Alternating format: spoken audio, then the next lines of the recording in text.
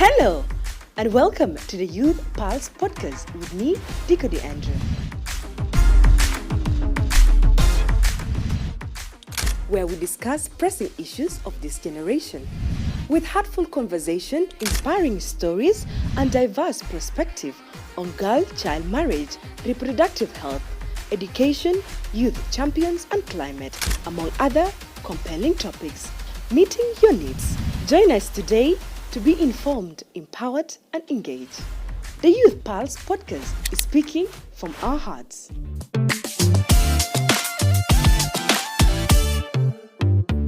Good morning, good afternoon, good night, whoever is watching this one. If you are watching us from East Africa region, from African continent, or wherever you are watching us from, you guys are highly welcome to the Youth Pulse podcast. This is the 32nd episode, by the way. Like, look where we are today, Jamaa. It would have not been easy if without you being watching and as well commenting and as well sharing with lovely ones who are outside there. But for today, as a part of the topics that we do have each time, it's very interesting, and we do have some amazing guests. And which today we are going to be tackling career guidance. Why this one is important? Because looking into something super important, because when it comes to us human beings, career is very important, and it is very good to be picking your high school, maybe your subjects, maybe choosing a college major, maybe, or thinking even about switching lines completely. It's also noticeable a little bit. So why not we just get those people to talk about how relatable is it to them, and as well how to keep it real when it comes to you choosing your career. So on my right, on my left, we do have, starting with who? Ladies first? Ladies first. Okay, you can just go Hello, ahead. my name is Nyawichi Kwang. I'm the Gender and Inclusion Coordinator in Assistance Mission for Africa. Okay. My name is Joel Fraser. I am the Programs Coordinator for Assistance Mission for Africa. Okay, you guys are welcome to the Youth Pulse podcast. It's not our first time, but with you, what could be other thing from whatever that you have mentioned that will be of an interest for our viewers and listeners to know about you more? Maybe talent. Well, I think I am a very religious person. Okay. I like preaching a lot, and Okay. yeah, that's something that everywhere I go, I would always like my viewers and whoever is listening to know. Okay. Sure. When it comes to you, Nyawit, like, what do you want to be when you were younger? Of course, like, not the Nyawit we're having now, right? There will be something, and what have changed with over time? Wow, so many things have changed. I wanted to be so many things. Yeah.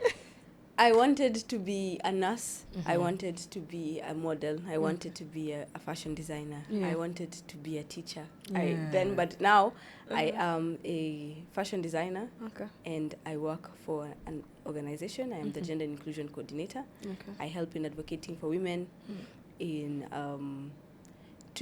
advocating about GBV, talking about the struggles that the women in South Sudan are going through, and and including people with disability, people who have gone through trauma. We bring them all together and we give them skills that they can live with. Okay. So with time, like, what have changed? Like, why do you push all those dreams? Or is it age? Or it's the influence? Or something just triggered it? I don't think it has changed. I think my method has changed, because when I was young, I wanted to be a doctor.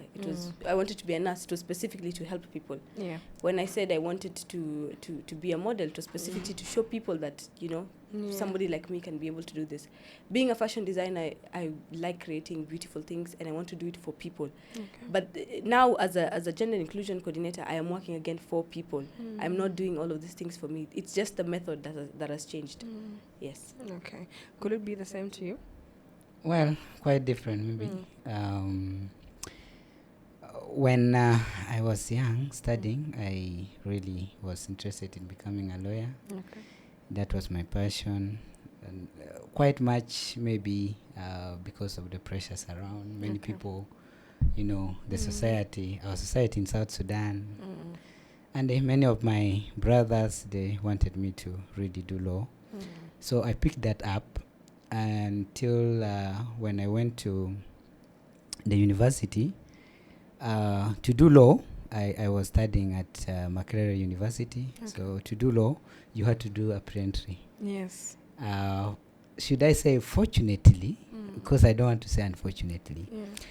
I failed. Okay. Yeah, I failed the pre-entry.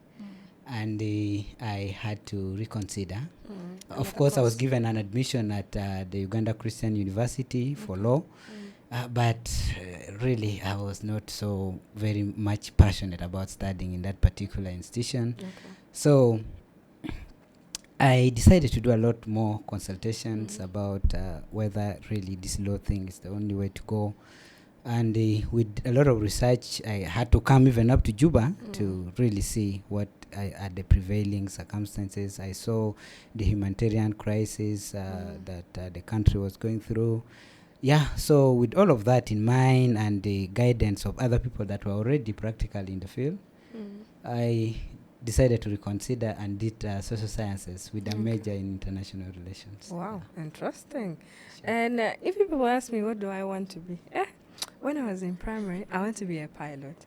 Why is that? Because each and every time my grandfather used to say, Ana Musafir, Ana Mashimumuria. So it's like, okay, the flight that you always keep like pushing yourself away from me, I'll be the one like flying you over and stuff. When it comes to high school, also dream have changed, in which I wanted to be an engineer, in which like with the people who surrounded me, like I really pursued engineering.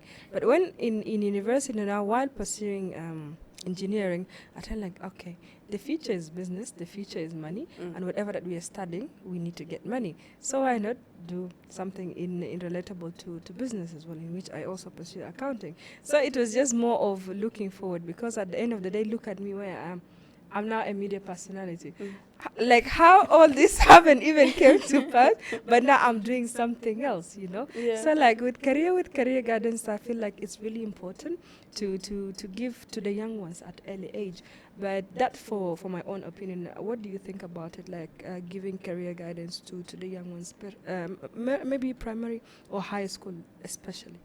Yes, I think it's very important for them to know while they're young, but it's also important for them to explore, because maybe you want to be, as you said, a pilot, but then you try being a pilot, doesn't work for you. It's okay to change. It's okay to be fluid, as long as what you're doing is what you like, and what you're doing is what your soul is calling for. Yeah. And with the career guidance as well, how do you think with the young ones and the youth? Well, it's something that it's very important, especially for the youth. Whereas for the young ones, our education system is a little bit different from that of maybe the UK and so on. Like they start literally giving practical kind of education at such a tender age. So in Africa and specifically in South Sudan, it's a bit not something that will really yield a lot to give career guidance to maybe someone in nursery or primary, because there's a lot of involvement at that stage. Yeah, but once someone is at higher level of primary, let's say maybe P5 and above, I think that is a level where now it becomes very important to start engaging them and, helping them to explore. A lot of times we have, we are detected by stereotype. This type of career is usually the best. Yeah, we have those careers that are traditional. So we need someone that is proactive, to be the one to guide some of these young people so that they understand that each and every career, as long as you have passion for it, it's something that can do. Yeah. And also when it comes to career guidance, I don't know, it's a video that I saw on TikTok. At a young age, maybe 1 year and 2 years, when they're celebrating their birthdays, they'll put a lot of stuff in front of the child. For instance, they will put Hagata Doctor Day, or they put Hagata Tegeta Engineering Day, or they put a pen, something just relatable to a field. If the child picks something, so it will be the job of the parent to push for that. Maybe that's what they want, but it's still at the end of the day, maybe if you know It's an assumption. Yes. So like, how do you guys think it's the contribution of parents and the people surround the child, or even surround the youth outside there, to help them, guide them through whatever that they would love to study or even pursue? I think it's the job of the parent to guide.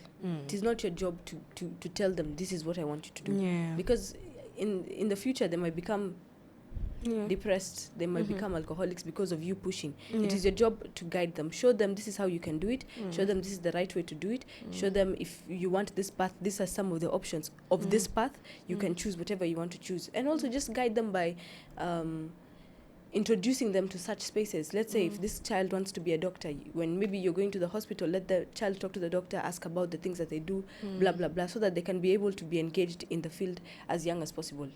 Yeah. And also at the same time, maybe it will be a peer pressure. Sometimes I can feel maybe the parents will not tell you like in that thing every morning. Janata Filan, they have accepted him in this course. Janata Filan, or even you as a child, you'll be saying like, your friends are all maybe getting entry to a medicine course or even engineering course, just this fancy course. Then you feel like, okay, I need to do this, yet it will be jogel, but this is not what you wanted. Also sometimes I feel like peer pressure sometimes can also contribute into misguidance of a career sometimes. Yeah. That is quite the reality. And to talk just about parents, the most important thing maybe parents can do is really to provide the resources that are needed for the children to explore. Provide for them. Like that approach is one that you talked about. It's one that also works better. When you're bringing toys, make sure that you bring variety in a way that helps someone to explore. When like just expose them to explore as much as possible.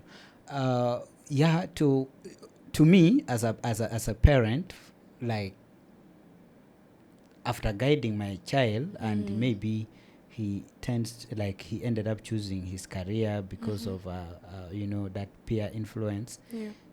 I would believe like it's much his choice because I did not really have so much of an influence in that. But I think just beyond the parents, it's something that these institutions need to take up.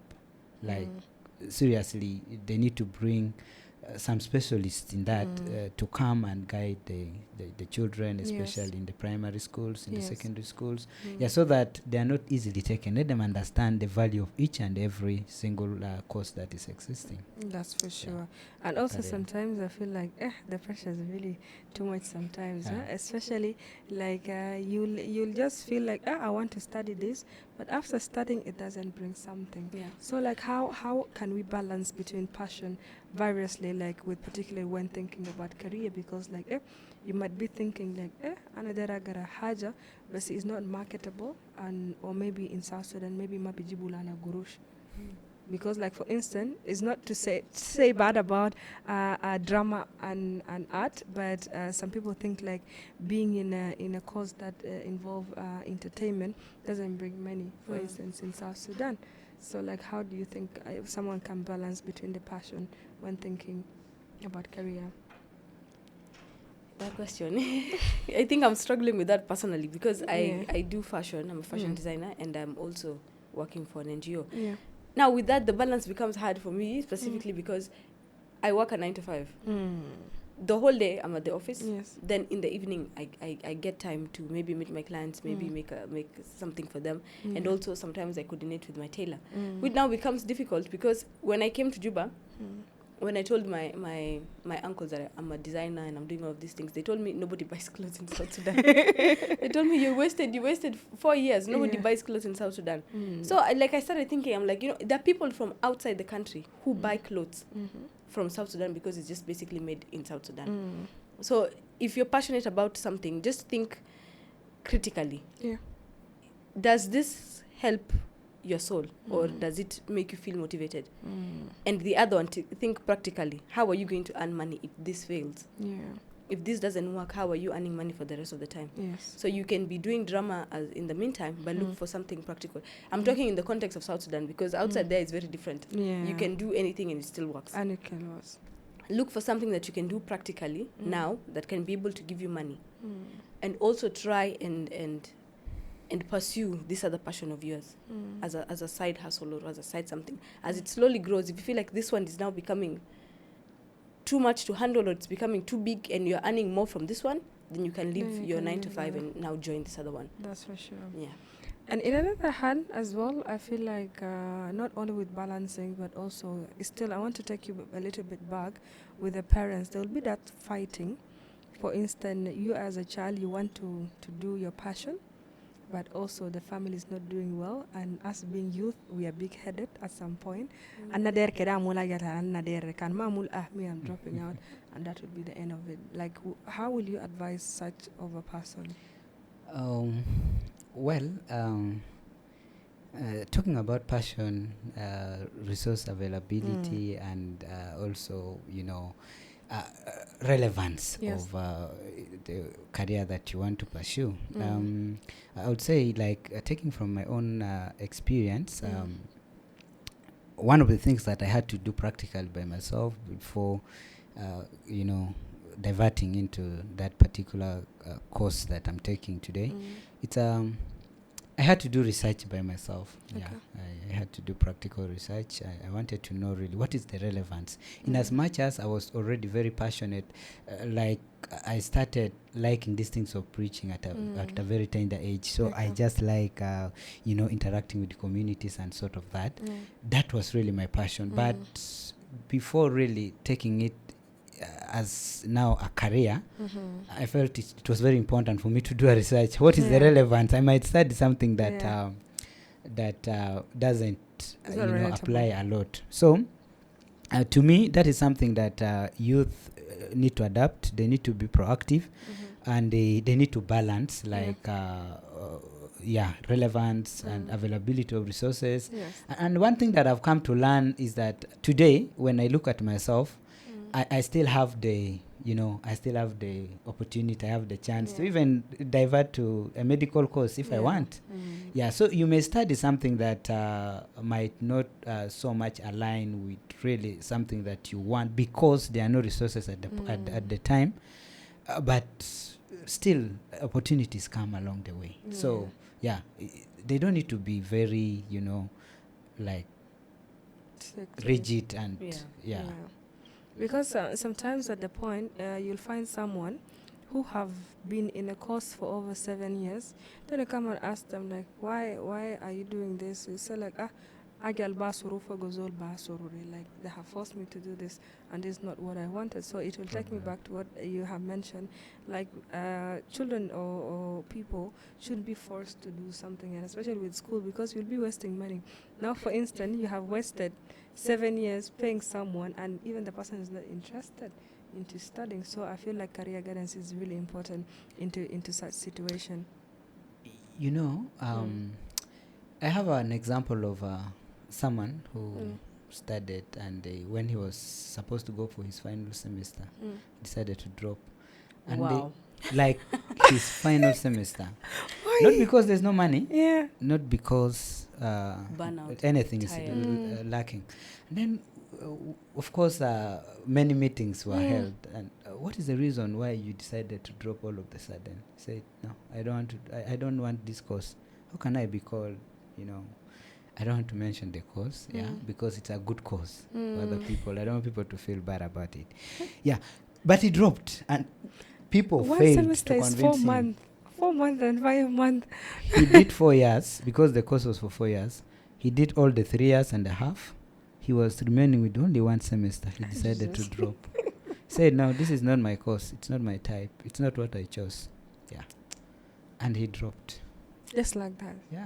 So it's very important for me. I would rather try to encourage parents to allow their children choose. It may sound like something that is not important to you as a parent, but when they choose what they like, passion helps them to innovate. Because when you do not have the passion in a particular thing, you cannot innovate, you cannot create, you cannot think just beyond the cycles, beyond the box that surrounds you.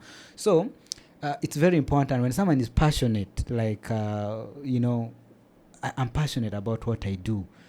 You can really innovate and you can do much more than. This is so heartbreaking. Like 3 years and a half, and you just drop out. It's really crazy. But also for you, do you believe school prepare you enough for a real time decision? No. Why? They didn't prepare me enough. Yeah. For the outside market, they didn't prepare me. They just gave me the basic. They gave me, this is what is needed for you to learn, class. Take it. Yeah. Apart from that, nothing else was given. But in my fashion school, because I studied for fashion, Yeah. at the end of the year, one of our lecturers came and she was like, she gave us, we had already finished her entire course, Yeah. her entire, what's it called? Course. That thing. We had already finished all of it. So the last semester, every time during her class, she would come and she would tell us, okay, this is how outside works.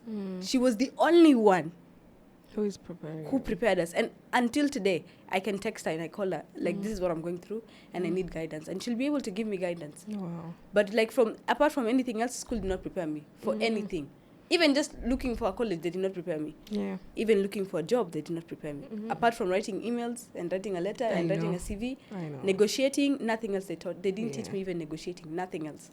So I feel like even for parents and for the people who, it's important for this youth to look for mentorship.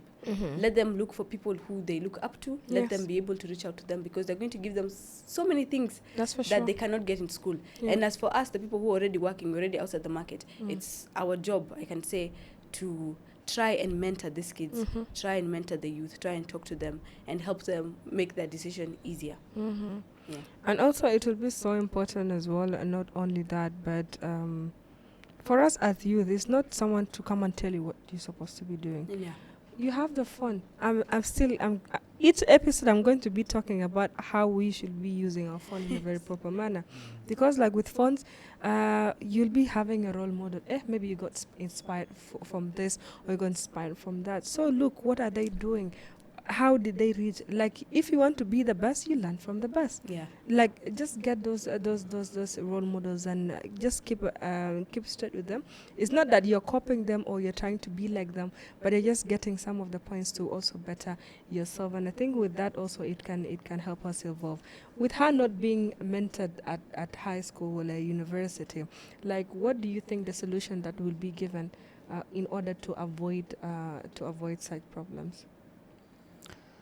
Well, I would say, mentorship is not something that many people are quite much used to. Yeah, usually our thinking is the traditional way. In education, there is, in school, we are told that there are two values that are very important. There is the manifest value, and that is the books that took you there. Yes. And then, like studying. But there's also the latent value, and that is the social networks that you form while you're in the school, some of the soft skills that you learn while you're there. To me, I think that is what has become more practical, maybe to 70%. Many of the soft skills, if I can talk about the relevance of school in my career, mostly it's the latent value, like learning the hard work, waking up at a particular time, doing all of these things, associating with people, teamwork, and all of that. They have become more practical in the job market, and I think that is something that plays a very important role, especially to the young people. When you go to school, don't go with the with the mind that I just want to be number one, I just want to pass my books very well, but also pay attention to some of these other small things, such as creating those networks, and it really helps a lot. With both of you being now out of school, you're now pursuing your job, if time to take you back with the experience that you people are having and with the stories that you have heard from other careers, will you go back and change, or you'll just stick to whatever that you're doing right now? Personally, I think I would stick. Okay. I'm very happy with my choice. Okay. I'm very happy with... I've always loved art. And fashion, to be more specific, has been my favorite part about art. Yeah. So I wouldn't change that for anything. I would go through the hard work of the sleepless nights doing projects. I would go through that again. Okay. But with my NGO job, I wish I took it more seriously when I was doing volunteering, because it has really helped me where I am right now. And I'm just like, I wish I had done this a few years before, or I had learned this particular skill a few years before. But I wouldn't change anything. Okay. Well, I think to answer that, it's no, I will not change. I mean, I'm doing what exactly I chose, and Yeah. I am very passionate about it. I think Yeah. when just thinking about what I do, one thing that you know gives me a lot of passion is the interaction with the community, and Yeah. this is the kind of work that I'm exposed to. Yeah, maybe what I'll do is to shape it even more better, Yeah. and yeah. Okay. And it's always good each and every time whenever the questions are becoming interesting, the answers are becoming so catchy, the time really flies so fast. We came to an end of our podcast today. Thank you so much, Nyawit, and you too as well for passing by Youth Pass Podcast. And it will always be great. Hope to see you soon. Inshallah, the market marata kumbija I lana know. tan. Sure. And as well to the viewers, thank you so much. Keep sharing this information, and let's also try to help each others out, because like you never know with such conversation how it will be changing into you, because as each episode it give us some info that you might not know, even I myself I might not be knowing. So just take a breath. It's always a step at a time, and things will be better in whatever that you're doing. From me to you, this have been the Youth Pass Podcast. My name is Diko the Andrew. Hello, and welcome to the Youth Pulse Podcast with me, Diko the Andrew. Where we discuss pressing issues of this generation with heartful conversation, inspiring stories, and diverse perspective on girl-child marriage, reproductive health, education, youth champions, and climate, among other compelling topics, meeting your needs. Join us today to be informed, empowered, and engaged. The Youth Pulse Podcast is speaking from our hearts.